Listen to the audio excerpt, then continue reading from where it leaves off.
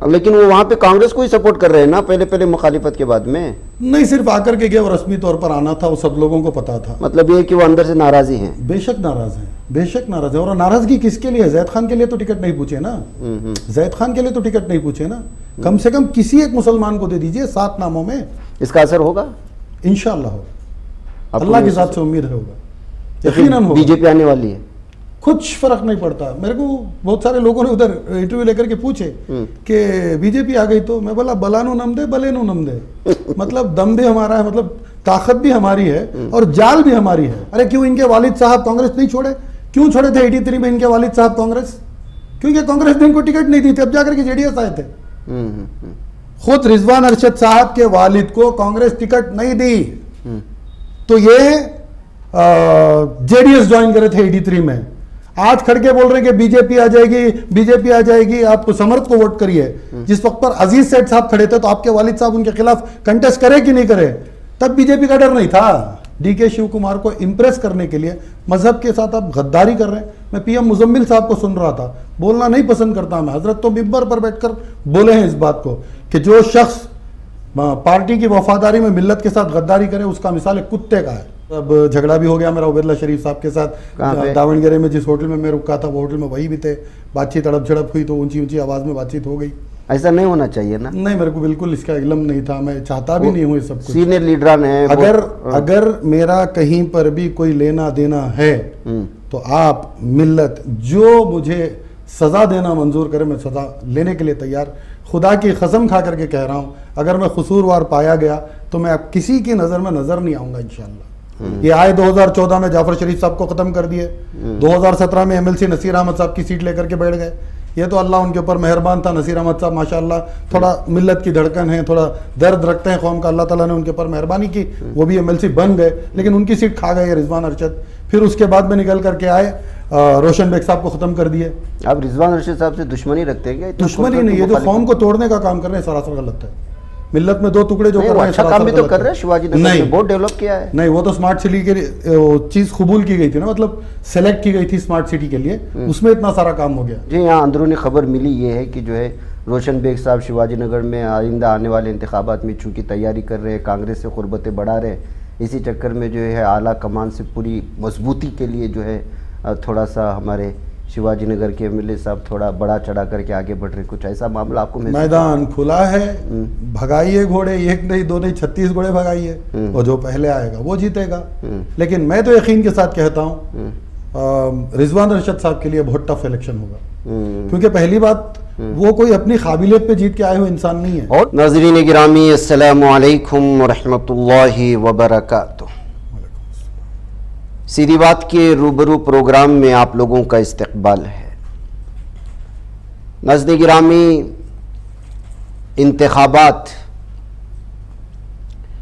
ये बहुत सारी चीज़ें लोगों के सामने, हक़ाइक़, कुछ राज की बातें, कुछ हकीकी चेहरे, कुछ छुपे हुए चेहरे, कुछ सादगी भरे चेहरे जिन पर मुख्तलिफ़ किस्म के पर्दे पड़े होते हैं, सब कुछ सामने आते हैं। यह आलमी सतह के सियासत का भी यही सूरत हाल है, मुल्की सतह का भी यही हाल है, रियासती सतह का भी यही हाल है। आजकल का मुसलमान भारत में सियासी एतबार से इस कदर पीछा धकेले जा रहा है कि जिसकी कोई इंतहा नहीं है। हाल ही में आसाम का जो सूरत हाल है आपके सामने है, हमने उस पर कल खुसूसी तबसरा भी किया। जमीयत उलमा के हवाले से किस तरह से अपने ही अपनों की टांग खींचते हैं, और उसमें मैंने एक हवाला हमारे कर्नाटक के दावणगेरे का भी दिया था कि आप किसकी तरफ इशारा करके ये कहें कि ये वाकई में हमारे कौम का हमदर्द है, कुछ कहा नहीं जा सकता। एक किस्म का गंझलक मामला हो गया है। हम खुद कंफ्यूज हैं कि भाई किसको क्या बोलें। ऐसी सूरत हाल में बहुत सारे चेहरे इलेक्शन के मौके पर अपने अपने एतबार से अपने अपने ख्यालात को रखते हैं। ऐसे में हमारे कर्नाटक के कन्नड़ा टीवी चैनलों का एक मुस्लिम चेहरा मशहूर है जिनका नाम है अब्दुल रज़्ज़ाक़ खान साहब, जो इस वक्त आप हमारे स्टूडियो में उनको पहली मर्तबा देख रहे होंगे। अभी हाल ही में दावणगेरे इलेक्शन के मौके पर मुस्लिम तबका भी बटा हुआ है, संजीदा तबका खामोश है और कौन किस तरफ जा रहा है कहना क़ब्ल वक्त है। अभी दावणगिरी की सूरत हाल को देखकर कि जनाब अब्दुल रज़्ज़ाक़ ख़ान साहब आए हैं, सोचा कि इनसे कुछ चुपते सवालात भी पूछें, कुछ वो सवालात भी जो इनको समझ में ना आवे और मुझसे नाराज़गी ले लें। लेकिन सीधी बात है, सीधी बात में आपको सीधी बात कहना होगा इंशाअल्लाह। तो बताइए दावणगिरी की क्या सूरत हाल है, फिर मैं आपकी बातों पे सवाल निकालूंगा और आपसे बात करूंगा इंशाअल्लाह। मेरे जहन में दावणगिरी में मुस्लिम वोट्स बटे हुए हैं, मुसलमान कंफ्यूज है, कोई एक ठोस लीडरशिप नहीं है, बटे हुए हैं, ये तो मैं कह सकता हूँ। ऐसा क्यों है? क्योंकि वहाँ पर कोई एक लीडर डेवलप ही नहीं हुआ। ये कहना चाहता हूँ कि देखिए 45 सालों से एक ही लीडर को, एक ही फैमिली को वोट करते हुए आ रहे हैं। अब हर बार इलेक्शन आता है, ये लोग जाते हैं, कांग्रेस को वोट देते। ट्रेडिशनल कांग्रेस की एक स्ट्रांग बेल्ट है, वोट बैंक है। तो आज भी लोगों का जितना भी समझा वो कह रहे हैं कि कांग्रेस और बीजेपी आ जाएगी। आज के 20 साल 50 साल बाद में तो बीजेपी रहेगी, बीजेपी तो आ सकती है। तो इसके लिए मजबूर मुसलमान वहाँ के एक ही फैमिली को वोट दे रहे हैं। मुझे दिल इसलिए जलता है कि भी इतने सालों में हमारे अंदर कोई एक लीडर हम लोग नहीं बना सके। किसकी गलती है? अपनों की गलती है, हमारी खुद की गलती है। एक के ऊपर तो आप उंगली नहीं उठा सकते। मैं कह रहा हूँ 45 सालों से दादा को देते थे, अब फिर बाप को दिए, अब अम्मी एमपी हैं, अब बेटे को लाए हैं। वो बेटे को 27 साल है। ज़रा सोचिए, कोई एक डिस्ट्रिक्ट मैजिस्ट्रेट हो, कोई एक कलेक्टर हो, कोई एक एसपी हो, डीवाईएसपी हो, इस बच्चे के सामने जाकर के इसको सल्यूट करना पड़ेगा कल को अगर ये एमएलए बन गया तो। मुझे जो अंदरूनी खबर मिली है, ये पता नहीं ये सच है क्या है, ज़मीर अहमद ख़ान साहब जब गए कांग्रेस के पास मुस्लिम कैंडिडेट को पूछने के लिए, ये इस पर मैं तस्दीक नहीं है, जो मैंने उम्र किया है वो आपके सामने रखता हूँ, तो उस वक्त जो है इन्होंने अपने नाम पेश किए। उसमें जनाब जब्बार ख़ान साहब का था, एक अनवर ख़ान साहब का था, अनवर अली ऐसा कुछ, जो चेयरमैनशिप के लिए माइनॉरिटी के लिए कोशिश कर रहे थे, वो एक और नाम। जब्बार ख़ान साहब के ऊपर ये इल्ज़ामात हैं कि उन्होंने एमएलसी बना मुसलमानों का कुछ नहीं किया। अनवर साहब के सिलसिले में ख़बर ये है कि वो तो चेहरा जानते ही नहीं है लोग। हाँ, एक और नाम आया था, मुझे नाम याद नहीं आ रहा है, तो इनका कोई कनेक्शन नहीं था, जिसकी वजह से कांग्रेस का आला जो तबका था जिनके पास गए थे ज़मीर अहमद ख़ान, वो उनके पास गए, उनको अपने नाम पेश किए। जब इन नामों को के बजाय मैं खुद मल्लिकार्जुन खड़गे बोला कि भाई इनको तो कोई पहचानता नहीं है, खुद मुसलमान इससे नाराज़ हैं, कोई अच्छा नाम मुसलमान का पेश करो। तो वो नाम पेश करने के लिए उनके पास वो नाम नहीं था। ये मेरा होमवर्क है, मैं इस पर तस्दीक की मोहर नहीं लगा रहा। फिर उसके बाद जो है कुछ उलमा को बेंगलुरु में भेजा गया, यहाँ के आला कमान के पास, रियासत के, वहाँ पर भी उलमा को वही जवाब मिला कि आप ज़मीर की जानिब से पेश किए गए उन नामों को मत पेश करें, दावणगिरी के मकामी सतह पर कोई ऐसे लीडर का नाम पेश करें जो वहाँ के लोग उनसे राज़ी हो तो हम देने के लिए तैयार हैं। क्या इस बात में सच्चाई है? जब सीट पूछने के लिए गए थे तो एक कलेक्टिव लीडरशिप गई थी, अकेले ज़मीर अहमद ख़ान साहब जाकर के सीट नहीं पूछे। जहाँ तक मेरी जानकारी है, मैं उसके मुताबिक आपको सुना रहा हूँ। केपीसीसी के ऑफिस में सिद्धरामैया जी थे, डीके शिव कुमार साहब थे, 200 दावणगिरी के कांग्रेस वर्कर्स थे, सबके सामने अलल ऐलान बात हुई थी।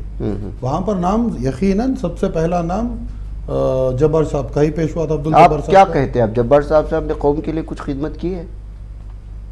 वैसे तो मैं किसी मुस्लिम लीडर को खिदमत करते हुए नहीं देखा हूँ, सिवाय एक दो भी नहीं, सिर्फ एक बोल सकता हूँ। दूसरा आप जानते हैं तो मुझे बताइए। जहाँ तक कि मैं देखता हूँ, मैं सहाफ़ी हूँ, आप भी लीडर होंगे, मैं आपसे सवाल करूँगा, मुझे किसी से कोई लेना देना नहीं, मैं होमवर्क करूँगा, उस पर सवाल करूँगा। यकीनन समझ रहे हैं मेरा। आप तो लेकिन इन लोगों में रहते हैं जी, आप मैदान में रहते हैं, आप जी मुसलमानों की इसमें जो है कन्नड़ा इसमें धारते रहते हैं मसाइल को लेकर के, मैं सुनता हूँ आपको। लेकिन कांग्रेस ने का किरदार उसमें तो मैं बहुत, अभी एक देखेंगे तो पूरे कांग्रेस वाले मुझे दौड़ा दौड़ा के मारेंगे, सिर्फ कर्नाटक के नहीं। मैं उतना जो है उनकी पूरी हिस्ट्री बयान किया हूँ अभी एक 2 दिन पहले। हाँ, मुझे मेरा ये कहना है कि भाई मुसलमानों के लिए अगर मुस्लिम लीडरशिप से फायदा नहीं हो रहा है तो आने दो ना दूसरे को, क्या फर्क पड़ रहा है? ऐसा नहीं है, देखिए कोशिश करना हमारा काम है। मैं तो पहले से भी कांग्रेस सिंपैथाइजर हूँ। हर हमेशा जब भी डिबेट्स पे जाता हूँ तो मैं कांग्रेस की ही बात करता हूँ। नेशनल टेलीविजन पे भी उतना ही, मैं हर नेशनल टीवी पर भी आता हूँ, मेरी सिर्फ कांग्रेस की हिमायत की ही बात होती है। सिर्फ इस इलेक्शन में देखिए कांग्रेस ने मुसलमानों को टिक इट फॉर ग्रांटेड का नजरिया पेश कर रहा है। उनकी सोच ये है कि कांग्रेस नहीं तो और कौन, कहाँ जाएंगे? नहीं तो हमारे पास लीडरशिप नहीं है ना रज़ाक भाई, हमने तैयारी नहीं किया है। तो तैयार करेंगे ना। तो अब दावनगिरी से शुरुआत होगी, दावनगिरी से शुरुआत, बिल्कुल दावनगिरी से। एक सवाल बताइए, डीजे हल्ली केजे हल्ली का मामला पेश आया, ठीक है, पेश आया कि नहीं आया? वहाँ के लीडर को निकालने के, टिकट ना देने के लिए हमारे पूरे उलमाए किराम, पूरी चीज़ चली गई, कांग्रेस ने उसको माना, दूसरे को ले आए। वहाँ जब हम ये कह रहे हैं कि भाई इसको हटाओ, हमारे को लाए, तो कांग्रेस को क्या तकलीफ हो गई वहाँ? देखिए ऐसा नहीं था, मैं आपको बोल रहा था कि ये इफ्तियारी का वक्त था। केपीसीसी के ऑफिस में पूरी मुस्लिम कलेक्टिव लीडरशिप बैठी हुई थी। इनके सामने डीके शिव कुमार जी थे, उधर सिद्धरामैया जी भी थे, 200 कांग्रेस के वर्कर्स थे, इनके सामने बात हुई। जमीर अहमद खान अपने तरफ से पेश किए। क्यों? देखिए नाम कौन पेश कर रहा है? अब शिगांव में चीफ मिनिस्टर बम्माई, उनके बेटे की सीट, यानी वो एमपी बन गए और वो सीट अपने बेटे को दिलवाए, और बेटे का इलेक्शन पिछले 20 सालों से, वो उससे पहले के 2 इलेक्शंस यानी 30 सालों से कांग्रेस के कब्जे में नहीं थी वो सीट शिगांव वाली। तो जमीर अहमद खान साहब ने जिद से वो सीट मांगी थी, यासिर पठान के लिए सीट मांगी थी। वहां पर गए, टेंट मार के बैठे, चीफ मिनिस्टर के बेटे की जो कॉन्स्टिट्यूएंसी है छीन कर कांग्रेस को जिता कर लेके आए। वहां पर रिवोल्ट भी, एहतजाज भी मिला हमको आजम पीर कादरी साहब से, और उनको बात करके मनाया गया, उनका नॉमिनेशन वापस लिया गया। उसके बाद में एक मुसलमान को इतनी कट्टरता होने के बावजूद, वो तो बीजेपी बेल्ट है, फिर भी जिता कर लाए। तो आज यहाँ दावणगेरे में जब वो कोई नाम पेश कर रहे हैं तो वो उन्हीं की कैपेसिटी है कि वो उस लीडर को जिता करके लाएं, तो इसके लिए नाम पेश किए होंगे। लेकिन जहां तक मेरी जानकारी है, जहां तक मेरा होमवर्क है, 6 से 7 नाम पेश किए गए थे। 3 नाम नहीं, 6 से नहीं, 3 नाम नहीं, 6 से 7 नाम पेश किए गए थे। उसमें पहलवान का भी नाम था क्या? नहीं, मैं नहीं समझता, पहलवान की उतनी ये नहीं है, ये ऐसे ही मतलब हीरो बन गए। अच्छा, तो कुछ नौजवानों को साथ में लेके फायदा उठा लिया? नहीं नहीं नहीं नहीं, वहां पर क्या था कि वो लोकल हैं, उनका एक इंडिपेंडेंट नॉमिनेशन हुआ, तो जितने भी इंडिपेंडेंट्स हैं उनके अंदर वो आदिल भी एक इंडिपेंडेंट है, उधर कुछ हीरे के निशान से एसडीपीआई है एक इंडिपेंडेंट, तो सब इंडिपेंडेंट्स भी, ये थोड़ा शाइन, मतलब वो कुछ मसाजिद के सदर भी थे मैंने सुना है, तो इसकी वजह से ये एक तंजीम के सदर हैं, एक निशान बन गए। एक उसके लिए इनको थोड़ा हाइप दे दिया गया, लेकिन उतनी उनकी काबिलियत भी नहीं है। मैं देख चुका हूं, मैं लोकल में जाकर। अच्छा, वहाँ आप घूम के आए, आपको क्या लग रहा है कौन वहाँ पे जो है इस वक्त आजाद कैंडिडेट में मजबूत कौन नजर आ रहा है? मुझे एसडीपीआई बहुत मजबूत नजर आ रही है। एसडीपीआई के खिदमात भी हैं, और आज से 1-2 इलेक्शन पहले जेडीएस से ऊपर एसडीपीआई ने वोट्स लिए हैं, 3rd पोजीशन में। उधर कांग्रेस, बीजेपी, 3rd एसडीपीआई, उसके बाद जेडीएस। जमीर अहमद खान को लीडर बनाए रखने के लिए कुछ लोग वहां जाकर के जो है कांग्रेस के खिलाफ काम कर रहे हैं, क्या बात सही है? बात यहाँ एक लीडर की नहीं है ना, मैं सीधी बात कर रहा हूँ। आप जमीर अहमद खान साहब को हटा दीजिए, मुझे जवाब दीजिए। 45 सालों से मुसलमान एक ही फैमिली को वोट करते हुए आ रहा है, एक मुसलमान लीडर डेवलप नहीं हो सका, एक मुसलमान लीडर डेवलप नहीं हो सका। 1.5 साल पहले वहां पर भी बुलडोजर चला, 3000 लोगों को ले जाकर फेंक दिया गया किसी एक करिए में। इसके बारे में कोई वहां का एक लोकल लीडर उठकर सवाल नहीं कर सका। मेरी बात में सच्चाई है। मैं ये कह रहा हूं कि आप मौका दे के देखो, तैयार होगा लीडर, ये कहना चाह रहे हैं? मैं बोल रहा हूं कि एक बार अगर दावणगेरे साउथ में मुसलमान कांग्रेस को हाथ देंगे, मतलब हम इस बार आपको वोट नहीं करेंगे, कांग्रेस उधर हारेगी, तो अगली बार हम 30 सीट पूछ सकते हैं।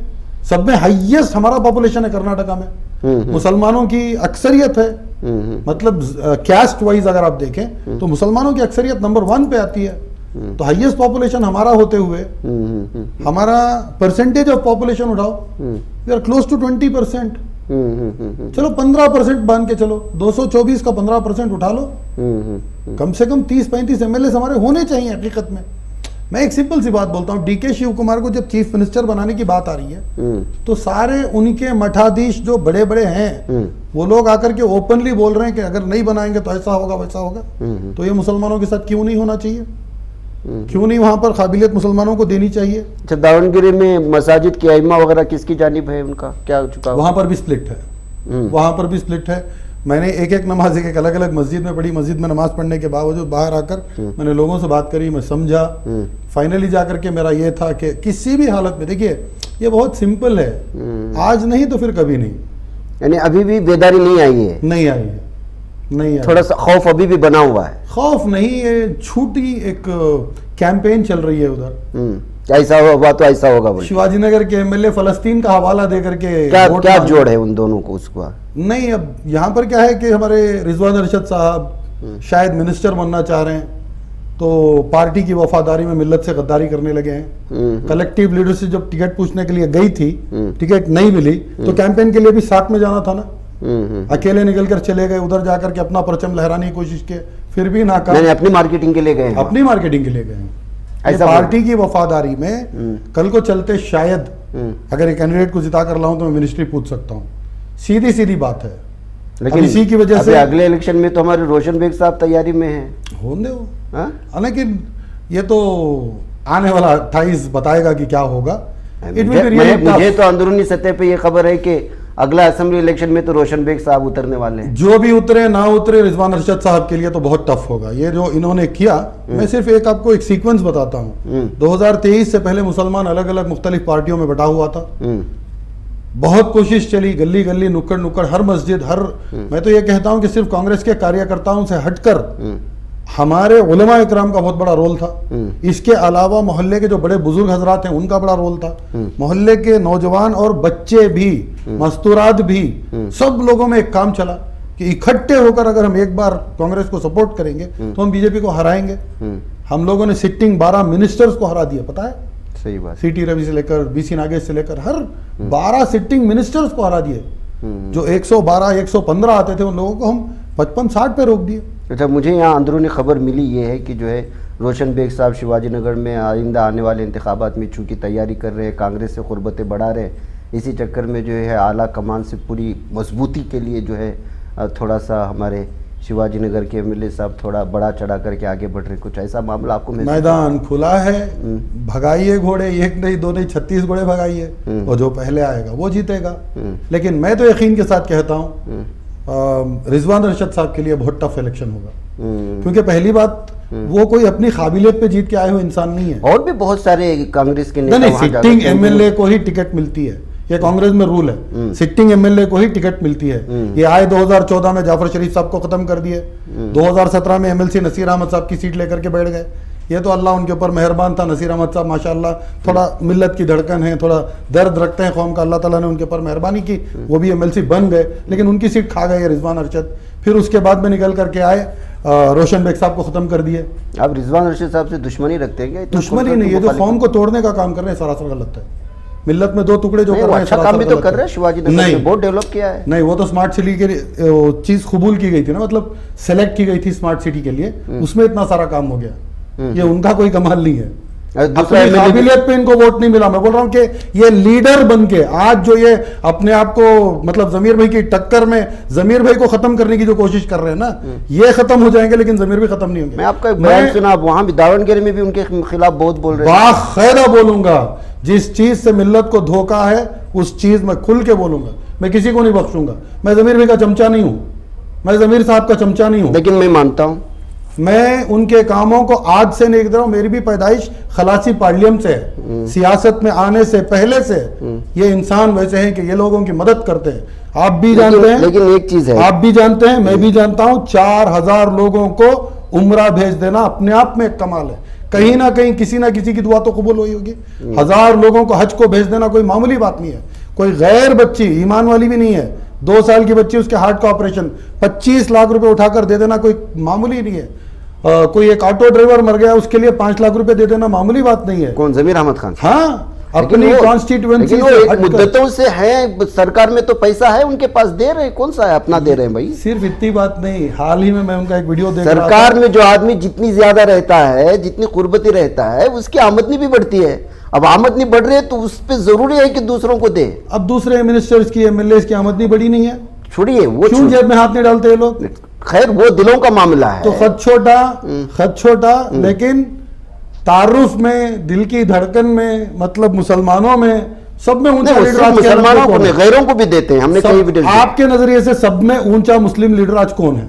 नहीं, मैं ये नहीं कहता, मैं सीधी बात, मैंने आपका चैनल कह रहा हूं, सीधी बात, आज की तारीख में सब में ऊंचा लीडर कर्नाटक में मुसलमान, मैं सहाफी हूं, किसी की तरफदारी नहीं कर सकता, लेकिन होमवर्क के हिसाब से वो खिदमत करते हैं, ये मैं इस बात का तारुफ। फरवरी 12 का डेक्कन हेरल्ड उठा करके देखिए, ये मेरी बात नहीं है, आपकी बात नहीं है। Zameer is no more a Muslim leader, उसका कैप्शन है, उसके नीचे लिखा हुआ है he is a mass leader. वही तो मैं बोल रहा हूं, उनको मुस्लिम लीडर बना के पेश क्यों किया जा रहा है? नहीं, हम लोग समझते हैं ना कि मुसलमान है, मुस्लिम लीडर है, लेकिन वो मास लीडर है, दलितों में भी नाम है, गैरों को भी मदद कर रहे हैं। ये नलपाड़ को क्या हो गया बैठे बैठे?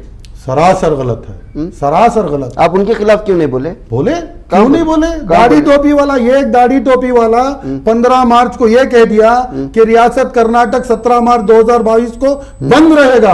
अरे हाईकोर्ट के खिलाफ कोई एहतजाज नहीं होता, हजरत अमीर शरीयत बोल दिया और हम लोग मान लिए। अब इसके ऊपर हमारे अंदर इख्तिलाफ था, बहुत सारे लोग, लॉयर्स का फोन, इधर से अलग अलग तंजीमों का फोन, अरे ये गलत हो रहा है, ये गलत हो रहा है, लेकिन उलमा इकराम की फिरासत बहुत दूर की होती है। ये मैंने देखा है, ये चड्डियों में मैंने देखा है, जो मुसलमानों ने एहतजाज किया और जो हमारी इत्तेहाद का मुजाहिरा हुआ, इसका डर इन लोगों में आज भी है कि ये लोग जितना भी कर लो, इनका एक दाढ़ी टोपी। अच्छा, आप जनाब अशरफ साहब को और इनको क्यों नहीं जवाब दे रहे? आप पे मुख्तलिफ के इल्जाम लगा रहे हैं। वो मेरा कुछ भी नहीं है उसके अंदर, खुदा की कसम मेरा कुछ भी नहीं है। लेके बैठे हुए हैं। अरे सिर्फ मैं आपके सामने चैलेंज के साथ एक बात बता रहा हूं, सीधी बात बोल रहा हूं। एक मेरा दोस्त है, वो कोई जमीन खरीद रहा था, उसी दिन मैं भी उस सब रजिस्ट्रार ऑफिस में गया था। अब सब रजिस्ट्रार ऑफिस में रजिस्टर हो रहा है एक एग्रीमेंट, वो भी बायर साइड, ये बेच नहीं रहा है, ये खरीद रहा है, तो उसके लिए मेरे को सिर्फ एक साइन डालने के लिए कहा गया, विटनेस साइन। अब देखिए, आप कोई भी एक डॉक्यूमेंट उठाइए, इसके अंदर आप पेजेस पलटाइए, हर पेज पे आप साइन तब करेंगे जब आपका इन्वॉल्वमेंट होता है कि आप खरीदने वाले हो, बेचने वाले हो, या आप कोई पैसा आप लेन देन किए होंगे, या आपका कोई इंटरेस्ट होगा।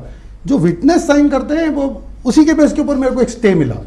अच्छा। हाई कोर्ट से नागप्रसन्ना साहब जो चीफ जस्टिस हैं, उन्हीं के बेंच का मुझे कुछ स्टे मिला कि जो विटनेस साइन डालते हैं, it is a known fact कि विटनेस का इसके अंदर कोई ये नहीं होगा, उसके ऊपर कोई कार्रवाई नहीं होगी। अच्छा, आप विटनेस बन रहे थे, आपको पता नहीं ये पूरा नहीं, कुछ भी नहीं, टाल मटोल हो रहा है, धोखा हो रहा है?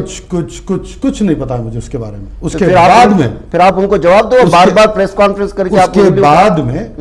उसके बाद में मैं जामिया मस्जिद भी गया था रामनगर की, वहां के सेक्रेटरी अजमत साहब को भी मिला था। मैंने उनसे क्लियर कट कहा, मतलब ये जो सर्वे नंबर आप बोल रहे हैं, इसमें मेरा कोई लेना देना नहीं है। सर्वे नंबर 361, 362, ये दो सर्वे नंबर्स के ऊपर मेरा इंटरेस्ट है, जिसकी वजह से मैं वहां के एमएलए से भी मिला हूं, वहां के तहसीलदार से भी मिला हूं, वहां के एसी से भी मिला हूं, और उसके ऊपर मेरी मेहनत है। वो it is not related to Waqf at all, और ये वक्फ है, इसके बारे में मुझे कोई इल्म नहीं। फॉर्म नंबर 8, 9, 10, 11, 12 कहीं पर भी वक्फ का नामो निशान नहीं था। ये बाद में जब मेरी होमवर्क मैंने किया, इसके अंदर वक्फ का नामो निशान नहीं है। अगर वक्फ होता, कॉलम 8, 9, 10 to 12 के अंदर अगर से नाम आता, तो सब रजिस्ट्रार कैसे रजिस्टर कर देगा एग्रीमेंट? तो पहले उस डॉक्यूमेंट को पर्सनल बना दिया गया था? नहीं, ये प्रॉपर्टी गेजेट प्रॉपर्टी है, 65 में गेजेट हुआ है। अब वो चीज बाहर डिस्प्ले नहीं है, रेवेन्यू रिकॉर्ड्स में वक्फ का नाम नहीं है। अच्छा, शायद इसकी वजह से वो रजिस्टर एग्रीमेंट हुई। रेवेन्यू एग्रीमेंट तो बहुत पुराने होते हैं ना, उसमें नाम नहीं है, रिकॉर्ड में नाम नहीं है, वक्फ बोर्ड का नाम नहीं है। वक्फ बोर्ड का नाम होता तो सब रजिस्टर कैसे रजिस्टर कर देगा? आजकल रजिस्टर में भी धोखा चल रहा है ना भाई, धोखा चल रहा है, लेकिन जहां तक मेरे होमवर्क के मुताबिक वहां पर कोई धोखा नहीं हुआ है। मैं ये भी नहीं बोलता कि धोखा नहीं हुआ है, वो जो इन्वेस्टिगेट कर रहे हैं वो कर लेने दीजिए, क्योंकि मेरा लेना देना नहीं है। मैं झूठ तो नहीं बोल सकता। लेकिन आप कुछ एक बड़ा क्रिमिनल बना के पेश कर रहे हैं उसमें। वो उनकी मेरी जाती दुश्मनी है, उसके लिए मैंने उनको फ़ोन भी किया था, तो उसके ऊपर उन्होंने जो बोला है वो भी इंशाल्लाह मैं 10 तारीख का इंतज़ार कर रहा हूँ, वो भी आवाम के सामने पेश करूँगा। फिर अब झगड़ा भी हो गया मेरा उबैदुल्लाह शरीफ साहब के साथ दावणगेरे में, जिस होटल में मैं रुका था वो होटल में वही भी थे। बातचीत तड़प झड़प हुई तो ऊंची ऊंची आवाज़ में बातचीत हो गई। ऐसा नहीं होना चाहिए ना। नहीं, मेरे को बिल्कुल इसका इल्म नहीं था, मैं चाहता भी नहीं हूँ ये सब कुछ। सीनियर लीडरान है, अगर मेरा कहीं पर भी कोई लेना देना है तो आप मिल्लत जो मुझे सज़ा देना मंजूर करे, मैं सज़ा लेने के लिए तैयार। खुदा की कसम खा करके कह रहा हूँ, अगर मैं कसूरवार पाया गया तो मैं अब किसी की नज़र में नज़र नहीं आऊँगा इंशाअल्लाह। मैं कम से कम, देखिए जब मैं पैदा हुआ तो मेरा अब्बा, मैंने सुना कि लड्डू बांटे थे कि भाई मर्द बच्चा पैदा हुआ है, लड़का पैदा हुआ है, बड़ा होकर के मेरा नाम रोशन करेगा। कम से कम मेरे वालिद को मैं चोर बनकर तो उनका नाम रोशन नहीं करूँगा। कमाने के लिए 1000 बिजनेसेस हैं, 1000 ज़मीनें हैं, वक्फ बोर्ड की ही ज़मीन क्यों, वक्फ बोर्ड की ही क्यों? अगर इतनी सी भी इत्तला मिली, वो 4 लोगों का स्टेटमेंट भी मैं देख रहा था कि अब्दुल रज़ाक साहब बोले अगर वक्फ बोर्ड की रहेगी तो मैं इसके अंदर चुप नहीं रहता, छोड़ता नहीं मैं, इसकी कोई ज़रूरत नहीं, कौन भी खरीदना नहीं बेचना नहीं। देखिए वक्फ के लिए लड़ाई लड़ने वाला मैं, अब सामने वाले मुझे चोर बोल दे तो मैं चोर नहीं बन जाऊँगा। मेरी तो एकदम पूरी सब कुछ क्लियर है, मेरा पूरा मतलब जिंदगी क्लियर है, शफाफ है। कम से कम वक्फ की प्रॉपर्टी बेचकर तो कमाने की कोशिश मैं नहीं करूँगा। वैसी अगर ज़रूरत पड़ गई, मेरी एक एक क्लिप, मेरी एक एक इंस्टाग्राम रील 4-4 लाख व्यूज पाती है, मैं मेरे दोस्तों से, मेरे जो आवाम से जो मुझे चाहते हैं 10-10 रुपए मांगूंगा तो 40 लाख रुपए हो जाएंगे। लेकिन आप दावणगेरे में जाके आप एसडीपीआई का सपोर्ट करके गलत कर रहे हैं आप। नहीं समझिए इस बात को, मैंने कर रहा हूं, समझिए इस बात को। देखिए हिस्ट्री उठा करके देखिए, हमारे यहाँ 11-12 एमएलए से ज्यादा बढ़ ही नहीं रहे। वो तो हमारी तादाद है 42 कॉन्स्टिट्यूएंसीज ऐसे हैं जिसके अंदर मुसलमानों की अक्सरियत मतलब 30% अबाव है। मैं सिर्फ ये चाह रहा हूं कि 30 to 50% जहां पर मुसलमानों की आबादी है उस जगह से मुसलमानों का जीतना आसान होगा। ये कांग्रेस की गारंटियों से कांग्रेस इख्तियार में नहीं आई है। मैं सब लोगों की गलतफहमी क्लियर करना चाहता हूं, ये गारंटियों से नहीं जीती है कांग्रेस। बीजेपी का वोट शेयर इंटैक्ट है। पिछले 4 इलेक्शनों में बीजेपी को अगर 38 वोट मिल रहे हैं 100 में, तो वो 38 वोट 2023 में भी उनको मिले हैं। कांग्रेस जितना लेती थी उतने वोट परसेंटेज कांग्रेस का वोट शेयर, कांग्रेस का वोट शेयर इंटैक्ट है। पिछले इलेक्शन में आप उठाकर देखिए 2018 के कांग्रेस का वोट शेयर बीजेपी से ज्यादा है, फिर भी बीजेपी के एमएलए ज्यादा जीते और वो हुकूमत। मुझे एक बात समझ में नहीं जा रही है, आप ज़मीर अहमद खान साहब की तारीफ ज़मीन से लेके आसमान तक मिला रहे हैं। नहीं मिला रहा हूँ, एसडीपीआई के साथ जाकर के खड़े हैं, नहीं मामला क्या है आपका? ज़मीर अहमद साहब की तारीफ नहीं मिला रहा हूँ। अच्छा, उनको आप एक लीडर मान रहे हैं? देखिए अगर ऐसा लीडर नहीं होगा, एक पुजारी का मुंह उठा करके खा लिए, कोई गैर बच्ची के लिए 25 लाख दे दिए, तो ये हिंदू मुस्लिम इत्तेहाद को बाकी रखने के लिए भी वो काम कर रहे हैं। और यहाँ पर कौम के लिए मैं खुलकर किसी के सामने ये बातें नहीं बोल सकता, लेकिन कौम का बच्चा जानता है जिस जगह पर इनकी जरूरत पड़ी है वो बंद मुट्ठी पीछे से पूरे काम किए हैं। ये मैं खुलकर नहीं बोल सकता वो कौन से केस में कब किए हैं, कैसे किए हैं। तो केस वालों के घरों तक राशन पहुंचा देना अपने से डायरेक्ट नहीं किए हैं, दूर दराज से, मतलब क्यों? अगर पता चल गया तो ये उनके ऊपर आ जाएगी बात। तो जहां तक मैं जानता हूं मिल्लत के लिए उनका दिल धड़कता है तो उनके लिए हमारा दिल धड़कता है, इसमें गलती क्या है भाई? लेकिन वो वहां पे कांग्रेस को ही सपोर्ट कर रहे हैं ना, पहले मुखालिफत के बाद में नहीं, सिर्फ आकर के गए और रस्मी तौर पर आना था, वो सब लोगों को पता था। मतलब ये कि वो अंदर से नाराजी हैं? बेशक नाराज हैं, बेशक नाराज है। और नाराजगी किसके लिए? जैद खान के लिए तो टिकट नहीं पूछे ना, जैद खान के लिए तो टिकट नहीं पूछे ना।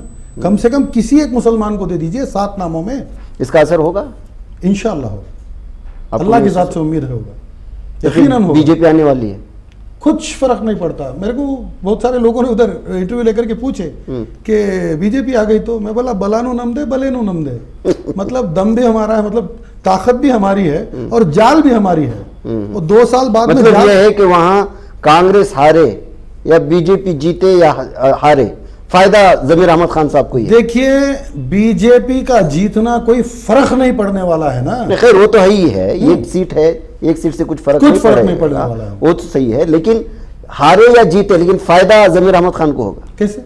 एक तो उन्होंने जाकर के अपने शबी कांग्रेस की लीडर के सामने साफ कर ली है, जाकर के ये तो उन्होंने कमान को बता दिया कि भाई चलो हमने आपके साथ हैं, अंदरूनी सतह पर काम किया हो ना किया हो।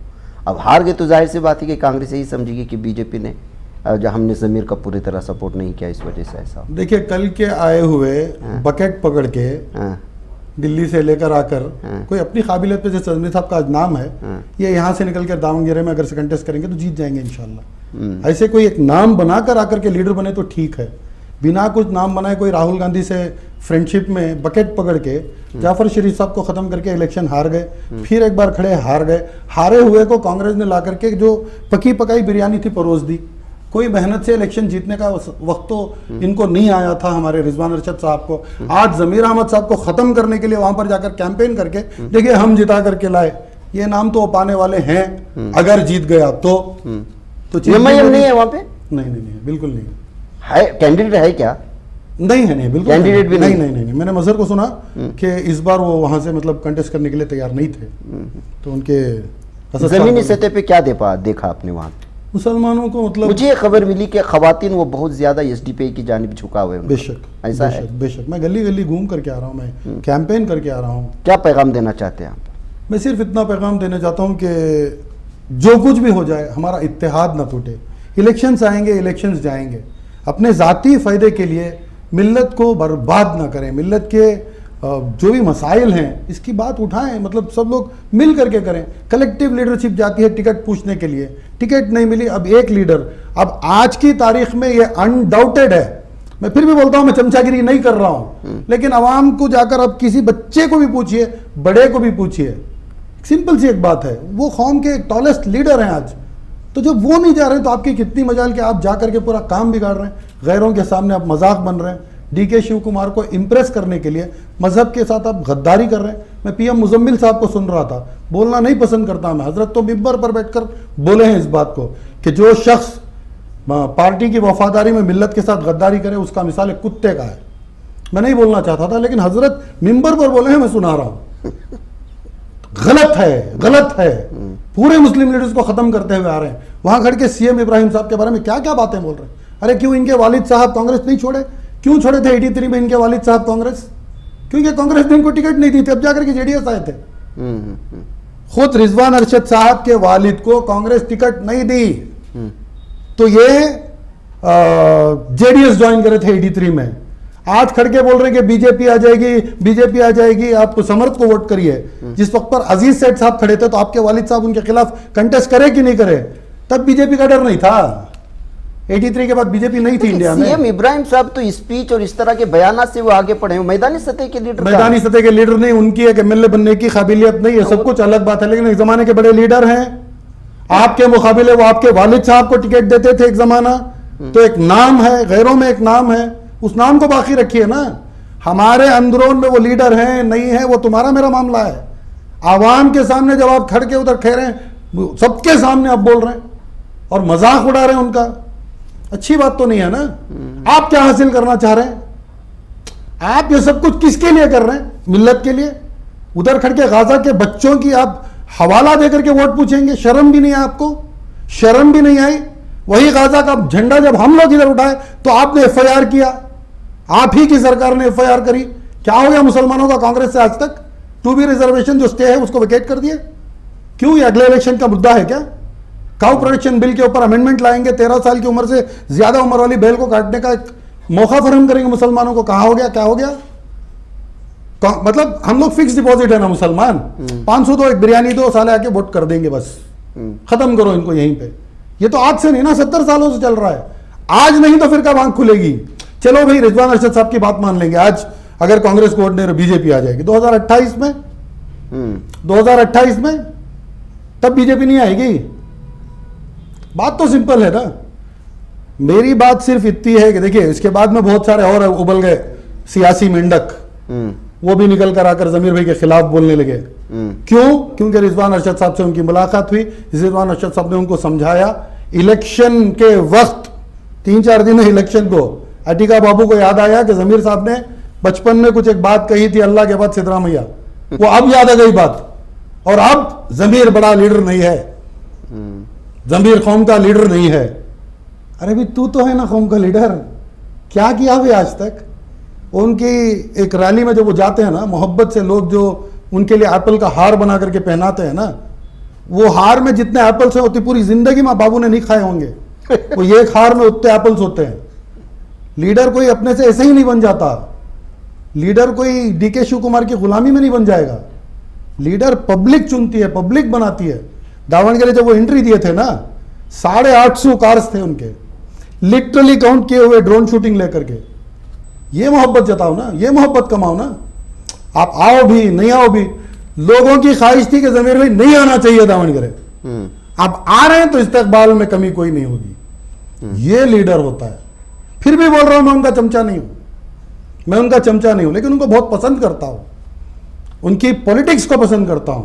हिंदू मुस्लिम के अंदर, उनके अंदर कभी मैंने, आप इतनी उनकी तारीफ कर रहे हैं, मुझे लग रहा है आप कांग्रेसी हैं, लेकिन जाकर के एसडीपीआई को सपोर्ट करके आ गए। इस सिलेक्शन में मैंने अलल ऐलान सबके सामने कहा है, ये इसी जुबान से मैंने 2023 में कांग्रेस के लिए वोट मांगी थी, और यकीनन आपको वादा कर रहा हूं 2028 में वापस कांग्रेस के लिए मैं आपके सामने आकर के वोट मांगूंगा।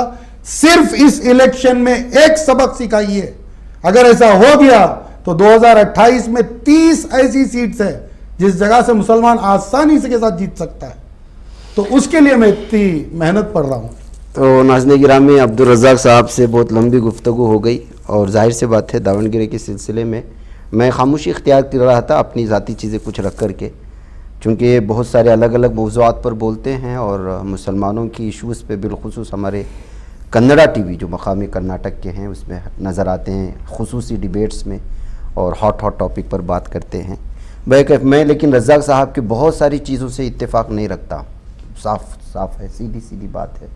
लेकिन मैं सहाफ़ी हूँ, ना किसी का तरफदार सहाफ़ी होता है, ना ही किसी के से। मैं बारहा आप लोगों के पास तस्करा करता हूँ कि मेरे कोई भी तबसरे अगर वो तनकीदी होते हैं या चुभने वाले सवालात होते हैं तो उसको ज़ाती मत लें।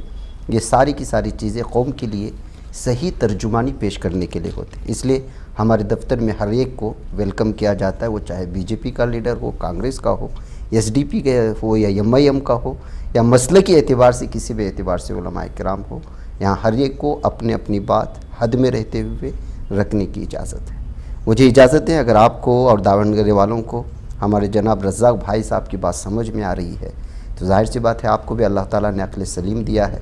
मकामी सतह पर जोग्राफियाई एतबार से कांग्रेस ने वहाँ क्या काम किया है, नहीं किया है, कितना आपका इस्तेमाल किया है, नहीं किया है, सारी चीज़ें आपके सामने हैं। आप बेहतर फ़ैसला ले सकते हैं। हम दोनों को इजाज़त है। अस्सलामु अलैकुम रहमतुल्लाहि व बरकातहू।